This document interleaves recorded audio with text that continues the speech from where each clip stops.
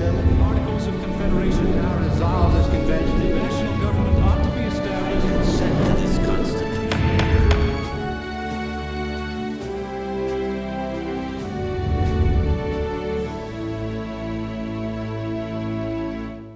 Welcome back for Lesson 11, Amendments 1 through 10, America's famous Bill of Rights. The American Bill of Rights is a legacy from tens of thousands of Englishmen who suffered torture, hanging, beheading, imprisonment, exile, and being burned alive in an effort to preserve those most basic rights of freemen set forth in the Magna Carta of 1215, the Petition of Rights in 1628, the English Bill of Rights in 1689. The founders wrote a preamble to the Bill of Rights, which is seldom included in the printed text of the Constitution anymore. It states, "The conventions of a number of the states, having had at the time of their adopting the Constitution, expressed a desire, in order to prevent misconstruction or abuse of the federal government's powers, that further declaratory and restrictive clauses should be added." And they start with giving us the first restriction, where the First Amendment says, "Congress shall make no law respecting the establishment of religion, nor prohibiting the free exercise thereof." So no and establishment as your blanks there. Now, as we've already learned, Thomas Jefferson was definitely one of the main people in pushing religious freedom. And the number one way that he realized that we could be free is if we get government out of religions. So the First Amendment was not designed to keep religion or God out of government.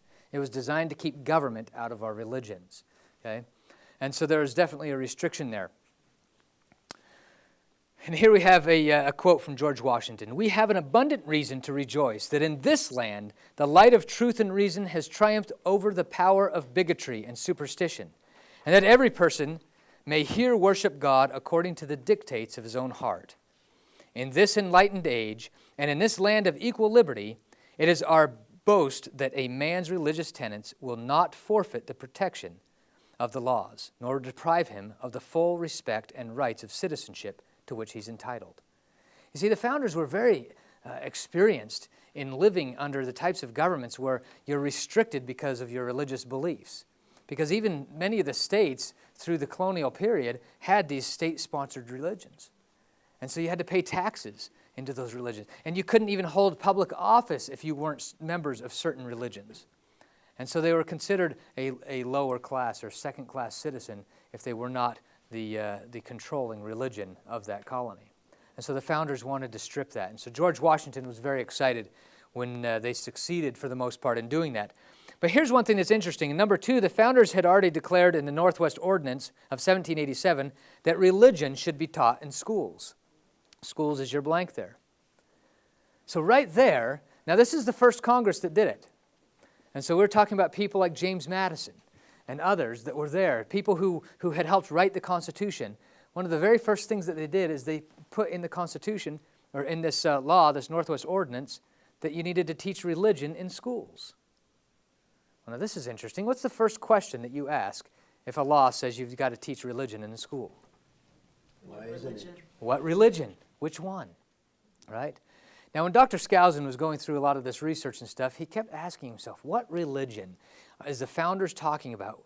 When in their writings, they keep talking about the universal religion of all mankind, or the religion of America. And they kept talking about this religion. He's saying, what religion is it? And he just couldn't figure out until finally he realized, after reading some pretty important quotes from the founders, finally he realized what they were talking about. And there's a great quote from Benjamin Franklin which kind of outlines it. He says, "Here is my creed. I believe in one God, the creator of the universe, that he governs it by his providence, that he ought to be worshipped, that the most acceptable service we render to him is in doing good to his other children, that the soul of man is immortal and will be treated with justice in another life, respecting its conduct in this. These I take to be the fundamental points in all sound religion." So it was discovered that what the founders were talking about are these fundamental points that you find in all sound religion, and that those points are universal. So here's a couple of these points. Letter A, the self-evident truth that there is a creator who made all things. Right? Letter B, that Creator has revealed a certain moral code. And that the Creator holds mankind responsible for the way that they treat each other. Right? This is the golden rule that we find in virtually every religion. That all mankind live beyond this life, and that in the next life, individuals are judged by the Creator for their conduct in this one. And primarily judged for their conduct in relation to the way we treat each other. Right? Now you go through some of those 5 points and you'll see that virtually every major religion in the world agrees with this. So Christianity, for example, do they believe in this? The Creator? Believe that there's a certain moral code? Believe that we'll live after this life and that we'll be held accountable for our actions in this life, in the next, right? Sure, yeah, Christians believe it. Let's get a little bit more difficult. Let's go into some specific Christian religions. Catholics, they believe it? Sure. What about the Protestant religions? Baptists, Mormons, Episcopalians? I mean, you can go through the whole list. They all believe these basic ideas, right? Now let's get a little bit more difficult. What about Judaism? Do Jews believe this? Sure they do. Now in the New Testament period, there's 2 major sects in the Jewish religion. There was the Sadducees and Pharisees. And the Pharisees pretty well believed this. The Sadducees weren't quite sure about the next life, if it really existed or not. See, that's why they were sad-juicy. So there's different variations. But yes, absolutely, the Jewish people believe this. What about some of the Asian religions? Sure they do. Now their definition of the afterlife is somewhat different, nirvana and things like that, but even things like reincarnation. Your position in the next life when you're reincarnated has everything to do with your conduct in the previous life. Right? So it still fits. And so what the founders are referring to here is teaching these basic tenets that all of us, for the most part, agree with. Okay? Now what's great about this, what I love about this, is whenever in society they talk to you about the 2 things we shouldn't talk about in society, right? Religion and politics. Those are the very 2 things that we should be talking about because those are the very 2 things that unite us more than anything else. Religion, because we all believe these basic fundamental beliefs. Of course, we have disagreements about different doctrines and things like that and religious tenets, but fundamentally, for the most part, we all believe the same thing. So we're unified in that, right? And then also the same thing with politics. When it really boils down to what our politics is, it's freedom, liberty, limited government. This is the thing that we all have in common. So these are the things that absolutely unite us. So I think that those are the things we should be discussing the most, right? So that's why I like this First Amendment and talking a little bit about the beliefs of the founders, because it really just unites us when it comes to religion, this thing that normally we think divides us. And uniting is far better than dividing. Now the founders, let's see, letter B. The second provision of the First Amendment is that Congress shall make no law abridging the freedom of speech or the press. The founders knew that there would have to be some reasonable restrictions. You can't yell, fire in a crowded movie theater or whatever. But that most of that should be handled on a local and state level. And so the federal government had no business or very little business dealing with that. So they could eliminate some of the abuses. Abuses is your blank on top of page 47 when they do occur. The other thing that's important is the freedom of speech does not necessarily mean the guarantee that you will be heard. Right? A lot of people sit there and think that just because somebody is silencing them, another citizen is saying, I don't want to hear that. Or you're trampling on my free speech rights. No, I don't have to hear it. Just because you have the freedom to speech doesn't mean that I have to listen to you. Okay, so basically what the freedom of speech primarily is our ability to address our government with complaints, the redress of grievances, right? So it's not a guarantee that you're going to be heard. Then we come to the Second Amendment. A well-regulated militia being necessary to the security of a free state, the people, or the right of the people to keep and bear arms shall not be infringed. Now the militia of a state is that body of citizens under which can be called up by the governor or Congress to protect the rights of the security of the people. So the governor within a state is the commander-in-chief of that militia. But Congress can periodically call that militia up as well. So again, the president has no authority. And the president can't go to a governor and say, can you call up your militia for my use? We have not given the president the authority to even ask the governors the question. So if the governors get that question, they should simply just ignore it, because there's no authority for the question to be asked in the first place. Okay. Now, number 2, as we've already stated earlier, under the U.S. Code, Title 10, Section 31, the militia of each state is all able-bodied males, you're blank there, at least 17 years of age and under 45 years of age, and have made a declaration of the intent to become citizens. Isn't that interesting? So you don't even have to be a citizen of the United States to be considered part of the militia. You just need to have indicated your intent to become a citizen of the United States, to be part of that militia. Now, number 3, if the Equal Rights Amendment had been adopted, this provision would also have included females between those ages as well. Females is your blank. Now, many people think, though, that the right to bear arms only has to do with the militia, and it doesn't. It has to do with the right of the people. Okay, so the right to bear arms was considered by the founders to be an unalienable right in connection with the preservation of life, liberty, and property. And that's why it is unalienable. We have the unalienable right to protect our life, right? Self-preservation is an unalienable right. Now, when we go back to what property is, life plus liberty equals property, do we then have the unalienable right to protect our property? Yes. Absolutely we do. Because in essence, when we protect our property, we're protecting our life and our liberty. So we do have the right to do that, unalienable right. The Third Amendment states that no soldier shall in time of peace be quartered in any house without the consent of the owner, nor in time of war, but in a manner to be prescribed by law. Now this is basically where the king would have the soldiers just go in and stay in people's homes, and they had to feed them and had to take care of them, but they did that all without being paid. So paying is your blank there, because not only were the citizens not paid for it, but the soldiers didn't have to pay the citizens for any of the services that they were getting.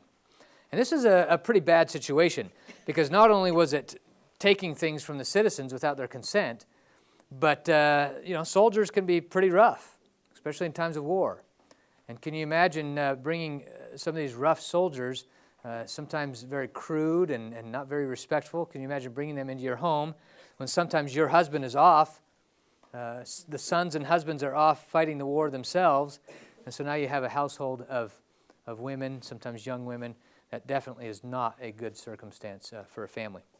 And so the founders definitely wanted to make sure that that didn't exist. The citizens in Massachusetts flatly refused to obey this order. This is one of the reasons why Boston was the powder keg to the Revolutionary War. Now we're going to go through the next few amendments rather quickly. The Fourth Amendment was designed to protect the privacy of the people in their homes and possessions, right? So we shouldn't have illegal searches and seizures, and our papers and things are protected. In fact, many people think that the 16th Amendment income tax is a violation of the Fourth Amendment, because they have to basically invade our papers and our privacy in order to determine what our taxes should be. Then we get into the Fifth Amendment, which has 5 parts, each of which reiterates the rights relating to life, liberty, and property. This also has to do with not having to be forced to testify against yourself, right? So when people say, I take the Fifth, that's what they're doing. They're taking the right that they have to not testify against themselves. Now this is also expanded to another person. Do you know that there's another person? That's right, your spouse also cannot be forced to testify against their spouse.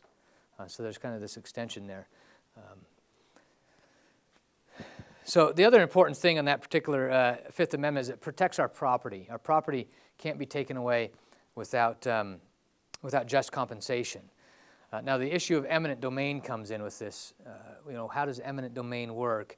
Eminent domain is a legitimate function or authority of government, but only if it is obtaining private property to be used for public use, and that's general public use. Okay, so a road. You know, we don't want roads that are having to bypass all these properties because we can't purchase certain people's land. And so we can exercise eminent domain in order to buy up that land. Now, the problem is when we start buying up private property or forcing people to sell, and then we take that land and immediately turn it over to another private individual. That is an illegal and an immoral exercise of eminent domain. And in Arizona, we had one of the first major cases that went to the Arizona Supreme Court in relation to eminent domain, where you had the city of Mesa decided that they were going to take the property of Bailey Brake Shop. Now, Bailey's Brake Shop was on the corner right downtown, and it was just a run-down, greasy place, didn't look all that attractive, and right next door was an Ace Hardware, and so the city decided to exercise eminent domain, take that property, turn around and sell it to the Ace Hardware for $1 because the Ace Hardware wanted to expand. And so Bailey brought it to the Arizona Supreme Court. And the Supreme Court said to the city of Mesa, absolutely, you cannot do this. That's taking private property for private use. And you have to do it. And then we've passed additional laws in Arizona in which we've really clarified that. And then what we do is we say that the state, when they take public or private lands for public use, they cannot sell that land for a period of, I think it's like 30, 35 years. And now the reason why they need to be given the ability to sell it eventually is because, you know, if you buy up big tracts of land for roads, you shouldn't divide up people's parcels because that diminishes the value of the land that you're leaving behind. So a lot of times you'll buy more land than you actually need, and so the government will end up with an excess of land, and so they need to be able to unload that periodically. And so, but the reason why we put this 30-year date out is so that the people who exercise eminent domain most likely won't be in office anymore, and so you're not looking at these you know, doing your friend that as a business owner or whatever, doing them a favor. And so it kind of eliminated that favoritism. So eminent domain is a legitimate function of government, but can be done, can be abused most certainly if it goes from private to private. It's got to go private to public. Okay. Then we get to the Sixth Amendment, which is where the Bill of Rights guarantees the right of trial by jury. Seventh Amendment deals with the common law or civil suits. And then the Eighth Amendment has three parts. The first part provides that excessive bail is your blank there, shall not be required. And the second part provides that the defendant shall not have excessive fines imposed. And the third part provides that the convicted person shall not be subjected to cruel, your blank there, cruel, and unusual punishment. Now, some people are curious sometimes about how does capital punishment fit into all this? And the reason why capital punishment is not considered a cruel and unusual punishment by the founders is because capital punishment is very unique. When you start looking at this system of government where you pay reparations back to the victim, it's impossible to pay reparations back to the victim of somebody that's been murdered or killed. And so very difficult to try to figure out, okay, how do you pay reparations? Number one. Number two, if you protect the right of the murderer, protect his life by not killing him, then that means that you're placing the value of his life above the value of the life of the victim. And so that's where capital punishment is justified in the minds of the founders. But it should only be used very limited, usually in just premeditated, first-degree, cold-blooded murder. It certainly wouldn't be used in involuntary manslaughter and things like that. In those cases, you still may need to pay reparation back to the victims that are still alive, which would be the family or next of kin or whatever. So that's where capital punishment comes into cruel and unusual. Now, the Ninth Amendment is a very important amendment. This is where it states the enumeration of the Constitution of certain rights shall not be construed to deny others retained by the people. Okay? In the Federalist Papers, Alexander Hamilton had argued that the Bill of Rights was unnecessary because he said that we hadn't given the federal government enough power or this power. The other reason why he said we don't want to list our rights because the moment we list our rights, the government's going to come in and say, well, you didn't list it, so this must not be a right. And so we have a lot more rights than just what's in the Bill of Rights. And so that's why the Ninth Amendment exists, because basically it says the enumeration, or the listing, or the numbering of these rights does not in any way make it so that we lose other rights that still exist. We're just listing the ones that are kind of important to us. Okay? So that kind of made it so that we didn't lose rights that we didn't specifically list. And then letter B, under their theory of limited government, the founders wanted it understood that they were not forfeiting anything. So limited is your blank there. The 10th Amendment is what we call the catch-all amendment. The 10th Amendment states, the powers not delegated to the United States by the Constitution, nor prohibited by it to the states, are reserved to the states respectively or to the people. This amendment was designed to fix the chains, your blank there, the chains of the Constitution. That comes from a quote from Thomas Jefferson where he's talking about the importance of a limited government. He said, basically he's saying men are not perfect.